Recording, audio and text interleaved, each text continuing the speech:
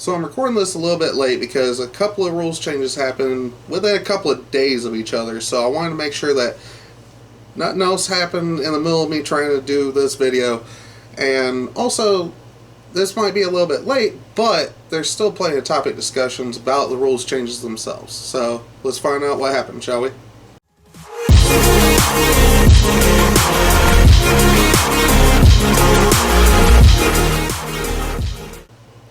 What's up, everybody? My name's Matt and you're watching Top Commander. So recently we had two rules changes that both affect Commander in different ways. One maybe a little bit more than the other though. But before I get into it, if you wish to support this channel, be sure to like, share, and subscribe. And if you wish to support the channel directly, be sure to visit patreon.com/topcommander. I'll have that here on the screen for you. But let's go ahead and get into it. Now, the first rules change that happened was one that regarded companions. Now, this might be old news to some people, but there's plenty of topics to discuss about these rules changes. One of which is, with the rules change due to companions, are companions playable in Commander? You can, but they are definitely not as good anymore.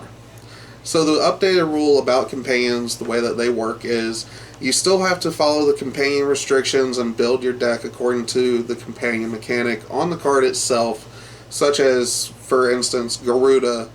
Your deck has to have all even CMC spells, and you, on top of that, you still have to follow the color identity, which means you're stuck in black and blue with the restrictions from the companion. Now, before I said that I like the companions, they weren't very powerful. They opened the door for more janky casual play, which is the main reason why I like the companion mechanic for Commander. But Wizards of the Coast updated the way companions work. You now have to pay 3 generic mana on your turn at sorcery speed when the stack is empty to move it from essentially the companion zone to your hand. Then you can cast the card from your hand, or cheat it into play, however you play it. Now, is that ideal for Commander? When you look at the cast cost of some of these companions for Commander, yeah, mana is not that big of an issue because we cheat things into play, we ramp, we get 12 mana on turn 6 to play a Blightsteel, but that's just it. Most of these companions are not broken enough for the Commander format to warrant building a 100 card singleton deck with color identity in mind,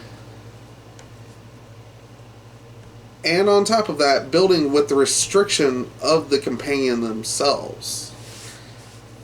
Now you have to pay 3 mana to put them into your hand and then cast them or cheat them on the play, or however. I don't feel like companions are very playable anymore. Now, granted, if you're in strictly more casual play groups, absolutely, go for it. Have fun. It could be a janky Commander night with companions. That sounds fun.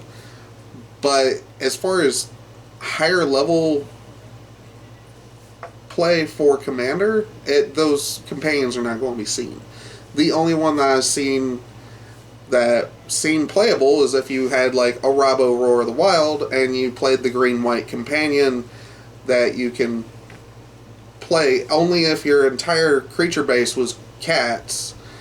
Then you can play that as a companion and bring it in as a 101st card for a Rabo, and you have another Anthem effect. But now you have to pay 3 mana to put it into your hand. Then you can put it into play. It's not that great, honestly. I don't feel like the companions are worth being played in Commander at this point. A lot of people were also asking about Lutri the Spell Chaser when this update happened.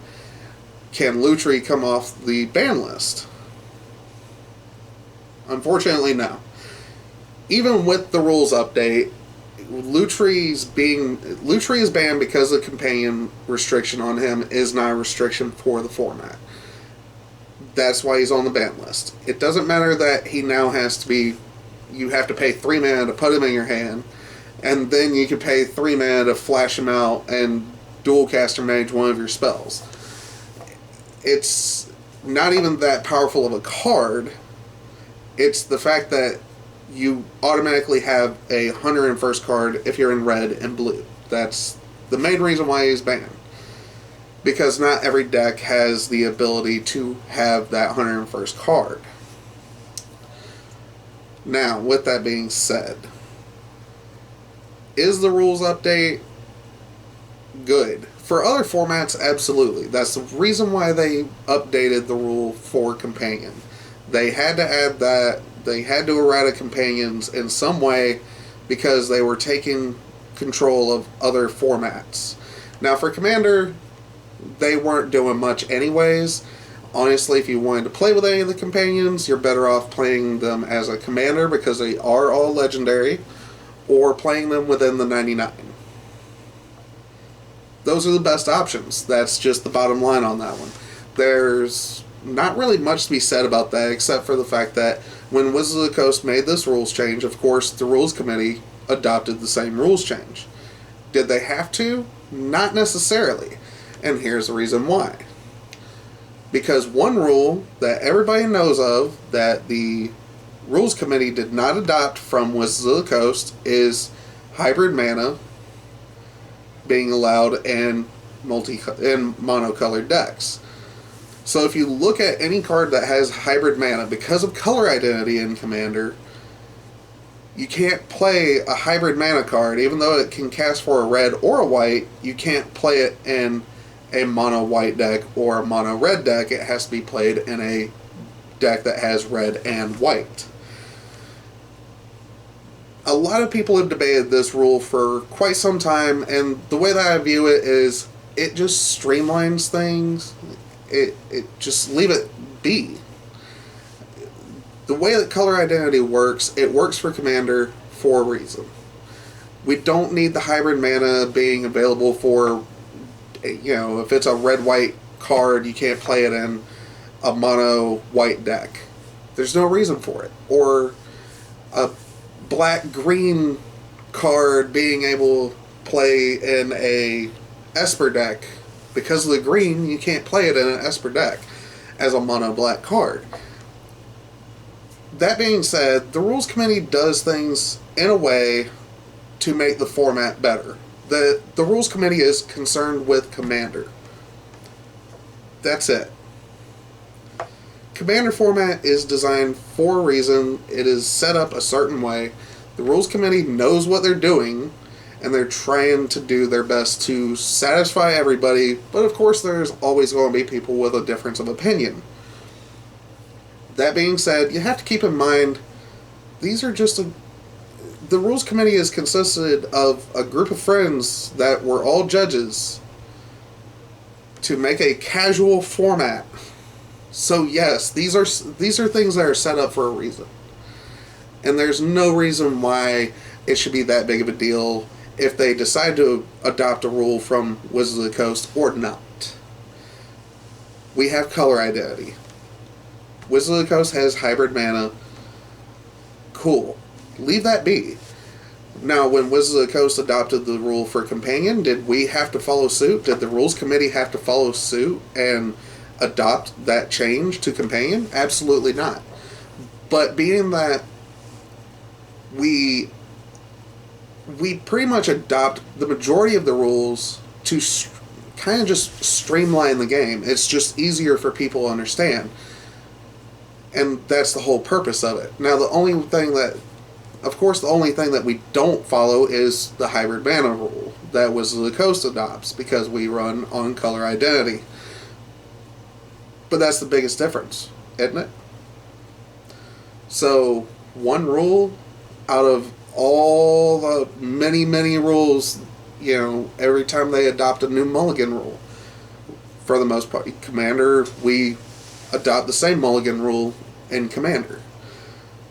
It's one of those things of, we make it easier on the players by doing certain things. But, with that being said, because Companions was a rule change done by Wizards of the Coast that the Rules Committee adopted. Let's talk about another one that did happen, which was the rules change that the Rules Committee decided to change for Commander itself, which is the way that dice triggers works. Now, the biggest Commander that everybody's been wanting to work, which I don't understand how they couldn't get to work, which was Alinda the Dusk Rose. Now, the way that she works is whenever any other creature dies, she gets a 1/1 counter. She starts off as a 1/1. Whenever she dies, you get X amount of 1/1 life-linking vampire tokens, where X is her power. But the problem is that the way that the ruling was before is if you want that death trigger, you have to let her hit the graveyard and she has to stay in the graveyard. And then you have to find a way to bring her back. But you're in black and white. So how could you not bring her back? You're in the two colors that can bring back creatures the most. But people couldn't make Alinda work. I feel like I should have done a deck based on Alinda before this rule change happened, but I don't own a copy of Alinda. Maybe I'll try to get one at some point and build a deck on that and play it without that rules change. But now, the way that this works is it's now easier for Alinda to work because you play her, you build up her power, and then you let her die, but you don't have to leave her in the graveyard. You can now transfer her to the command zone, and you still get the death trigger. Now, other commanders that this affects would be like Rolesk Apex Hybrid. Whenever it enters the battlefield, you can put 2+1/+1 counters on another creature that you control, and whenever it dies, you can proliferate, then proliferate again. Sounds like a really good commander for a green-blue Super Friends deck, actually. But, nonetheless, it didn't work as a commander deck at first because you had to let it hit the graveyard. But now, you can send it back to the command zone and still get the death trigger. So this is going to be interesting. Now, there is one commander that I'm curious on how it would work with the new rules change because of the way that it reads. So, Gerard Weatherlight Hero. Whenever it dies, you get to exile it and then return to the battlefield all artifact and creature cards in your graveyard that were put there from the battlefield this turn. Now, that was an interesting commander because you had to let him you had to exile him. Now, but it's whenever he dies and then when he gets exiled. I'm wondering if that rules change, you can still send him back to the command zone. That's going to be one that I would have to look up. But this now with the rules change, it opens up the door for a couple of more commanders to actually work in the format. So we'll probably see a pretty big splash of death trigger commanders just to see how it works, how it plays out, how people like it. If they don't like it, who knows. But I feel like this is the rule that changes up Commander a little bit more than the companion change. But we're going to keep this video kind of short, and that's all I have for today. So, let me know what you guys think down in the comments section below. Do you like the fact that the companion rule was changed? Do you not like it? Are you super excited about death triggers on commanders working now? Or are there any commanders with a death trigger that I probably didn't know about that you guys are excited to build around? Maybe an old one from like Legends or something like that? Let me know down in the comment section below what you guys think, and I'll see you guys next video.